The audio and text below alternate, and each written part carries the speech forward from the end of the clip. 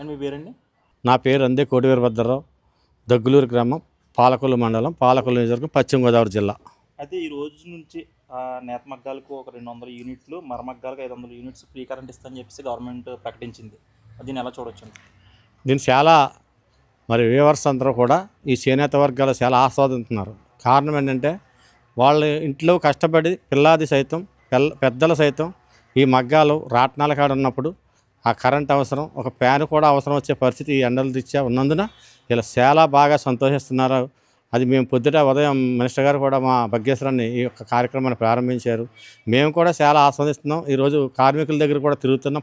ఉదయం నుంచి కూడా 50 సంవత్సరాల పెన్షన్ భాగంలో 4,000 రూపాయలు ఇవ్వడంలో కూడా చాలా బాగా సంతోషిస్తూ ఈ కార్యక్రమాలు చేనేత కార్మికులు ఈ కరెంటుని ప్రత్యేకించి చాలా ఆనందంగా ఉన్నారని ఈ సందర్భంగా చెప్పగలుగుతున్నాం. చూసుకుంటే లోకేష్ గారు యువగలం పాదయాత్రలో హామీ ఇచ్చినట్టే ఈరోజైతే ఏదైతే హామీ ఇచ్చారో ఉచిత కరెంట్ అదే ఇస్తామని చెప్పేసి ఇన్ని యూనిట్లు ఈరోజు నెరవేరుస్తున్నారు. ఇది ప్రతి ఒక్కరికి అంటే కార్మికులు ఉపయోగపడుతుందంట. లోకేష్ గారు ఇచ్చినటువంటి పాదయాత్రలో అనేక ఆ వాగ్దానాల్లో భాగంగా ఎక్కువ అన్నీ కూడా అమలు చేయడానికి ముందుకు జరుగుతున్న కార్యక్రమం. అందులో భాగంగా ఈ రోజున ఈ కరెంటు 200 యూనిట్లు చేనేత కార్మికులకు ఇవ్వాలనే లక్ష్యం ఆయన నెరవేర్చడం చాలా ఆనందదాయకం. కూటమి ప్రభుత్వ పరిపాలన ఉంది ఇప్పటివరకు కూడా 21 నెలలు గడుస్తుంది సుమారుగా ఇంచుమించుగా కూటమి ప్రభుత్వం ఎలా ఉంది? 21 నెలల పరిపాలన ఎలా ఉంది? ఒక్కొక్కటి గతంలో జరిగినటువంటి విధ్వంసాన్ని పునర్నిర్మించడంలో అందరూ కూడా కూటమి నాయకులు చంద్రబాబు నాయుడు గారు, పవన్ కళ్యాణ్, లోకేష్, ఆయన మంత్రివర్గం కానీ, పైన ఉన్నటువంటి మోడీ గారు కానీ మా రాష్ట్రానికి సహకరించడంలో ప్రజలందరూ కూడా చాలా ఆనందపడుతున్నారనేది మా అభిప్రాయం. ప్రజల అభిప్రాయం కూడా అంతే. మేము తిరుగుతున్న విషయంలో అందరూ కూడా బాగా స్పందిస్తున్నారు, బాగా చేస్తున్నారు. కానీ విధ్వంసం జరిగిన దాన్ని పునర్నిర్మాణంలో కొన్ని కష్టాలు ఉంటాయి కాబట్టి వాటిని అధిగమించుతుందామని ఏదో నాలుగు ప్రశ్నించినప్పుడు మేము కూడా సమాధానం చెబుతున్నాం వాళ్ళకి, ప్రజలకి. వాళ్ళు సంతోషిస్తున్నారు. నిజమేనండి, బాగా పాటు చేశారు.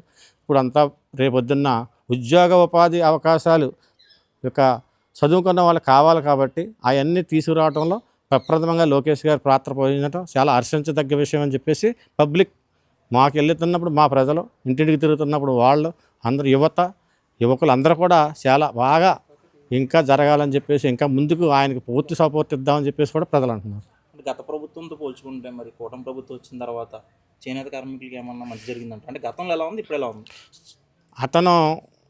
అతను చేసిన దానికి ఒకవేళ జనాల్లో ఉన్నా అది ప్రజెంట్ ఏదో ఒక ఇచ్చారు, దాన్ని వినియోగించుకోవడంలో మరి ఇబ్బంది పడ్డారు. ఇప్పుడు ఇచ్చిన తర్వాత మనం ఈ రకంగా ఇవ్వాలి, సొసైటీలు ఉన్నాయి, సొసైటీల నుంచి ఇవ్వాలి. సొసైటీల నుంచి ఇస్తే ఇవ్వాలి. ఈ యొక్క మగ్గానికి 500 ఉందనుకోండి, 300 రూపాయలు స్ట్రిప్ట్ తెస్తారు. స్ట్రిప్ట్కి 300కి 600 రూపాయలు 900 ఇస్తారు. ఇలాగా సొసైటీ వాళ్ళు నెగ్గించగలిగితే ప్రభుత్వం వాళ్ళు కూడా కొంచెం, అంటే మన ప్రభుత్వం అని కాదు, ప్రభుత్వం ఆ ఏడీ డిపార్ట్మెంట్ కానీ ఆప్కో డిపార్ట్మెంట్ కానీ చేనేత కార్మికులకు సహకరించవలసిన పరిస్థితి ఉంది. మరి అధికారులు నిర్లక్ష్యం చేస్తే ప్రభుత్వం ఏం చేస్తుంది? అధికారుల నిర్లక్ష్యంతో కూడా ఇవాళ బోర్డులు కూడా పడలేదంటే చాలా ఇబ్బందికరం. అది మన ప్రభుత్వం తీసుకోవాలి. సబిత గారిని కూడా మేము డైరెక్ట్ అడిగాం సార్, మీటింగ్ పెడితే.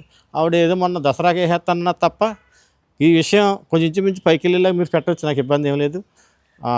ఆవిడ ఇదిగోనండి దసరాకి వేసేస్తాను, ఎలక్షన్ జరిపిస్తానండి. ఇవాళకు కూడా జరిపించకపోవటం, బోర్డులు ఉంటే ఇంకా బలంగా ఉంటుందనేది మా అభిప్రాయం. అది జరిగితే ఈ చేనేత కార్మికులు ఏం కావాల్సి వచ్చినా బోర్డుని అడుగుతారు, బోర్డు వెళ్ళి అక్కడ పైన అధికారులు చర్చిస్తారు, డిపార్ట్మెంట్ కూడా సహకరిస్తుంది. కానీ కింద పనులు అనేవి కూడా కార్మికులు చెప్పినట్టు అవి చేసేవాళ్ళు లేకపోవడం కూడా ఇబ్బంది ఉంది ఇవాళ. అంటే వీటిని వార్పు అంటారు, పడుగు అంటారు, అల్లు అంటాం. ఇవన్నీ కూడా పబ్లిక్ అంతా ఆయనకి సాయం ఉంటేనే ఇదిలో ఉంచగలుగుతారు, లేకపోతే పట్టలేరండి. ఏ వర్షం వస్తుందో ఏ వాద వస్తుందో ఇవన్నీ కూడా బరాయిస్తే వెళ్ళాలి. కాబట్టి ఇలా జీవన విధానంలో ప్రభుత్వం ఒక సొసైటీ ద్వారాగానే కాదు, వ్యక్తిగతంగా కూడా వాళ్ళకి సపోర్ట్గా ఉంటుందని చెప్పేసి లోకేష్ గారు కూడా ఒకసారి మాకు జూమ్ కాల్లో మాట్లాడాము లోకేష్ గారితో, గవర్నమెంట్ ప్రతిపక్షంలో. అందుచేత ఆయన అక్కడ కూడా మంగళగిరిలో చేనేత కార్మికులు ఎక్కువ ఉన్నారు, అక్కడ ఏదో ప్రొడక్షన్ పెట్టారు. అలా టాటా బిర్లాలో వాళ్ళకి అదాని వాళ్ళకి కాంట్రాక్ట్ వేరు, లోకల్ కాంట్రాక్ట్ వేరు. నా అభిప్రాయం అయితే ఖచ్చితంగా ఆఫ్కోల్లో ఎత్తున్న జీతాలు కానీ, ఆఫ్కోకి ఎత్తున్నటువంటి సబ్సిడీ కానీ సొసైటీ డైరెక్ట్గా యాక్స్ చేస్తే, ఏడీలు కరెక్ట్గా పనిచేస్తే అవి ఖచ్చితంగా చేనేత కార్మికుల రూపాయలు అంతే చాలా ముందుకెళ్తారనేది మా అభిప్రాయం. అంటే యువత ఇవాళ వెళ్తలేదంటే డబ్బులు వస్తే వెళ్తారు. ఇవాళ 600-700 వస్తుంది, బయటకు వెళ్ళిపోతున్నారు. కానీ దీని మీదకి వచ్చేటప్పటికి ఉపాధి పెరుగుతుంది. అలా జీతాలు లేకపోతే ఆ ఆపుకోకి ఇవ్వాల్సిన రిబేట్లు, ఇది షేర్ అమ్ముకోవాలి ఆపుకోకి వెళ్ళేటప్పటికి ఇక్కడ 800 అమ్మితే అక్కడికి వెళ్ళేటప్పుడు 1200 ఉంటుంది. దానికి రిబేట్ ఇస్తారు. ఆదిత్యం ఆ కార్మికులకి సంఘాలకు ఇస్తే సంఘం బాగుపడుతుంది, చేనేత కార్మికుడు ముందుకెళ్తాడని నా అభిప్రాయం.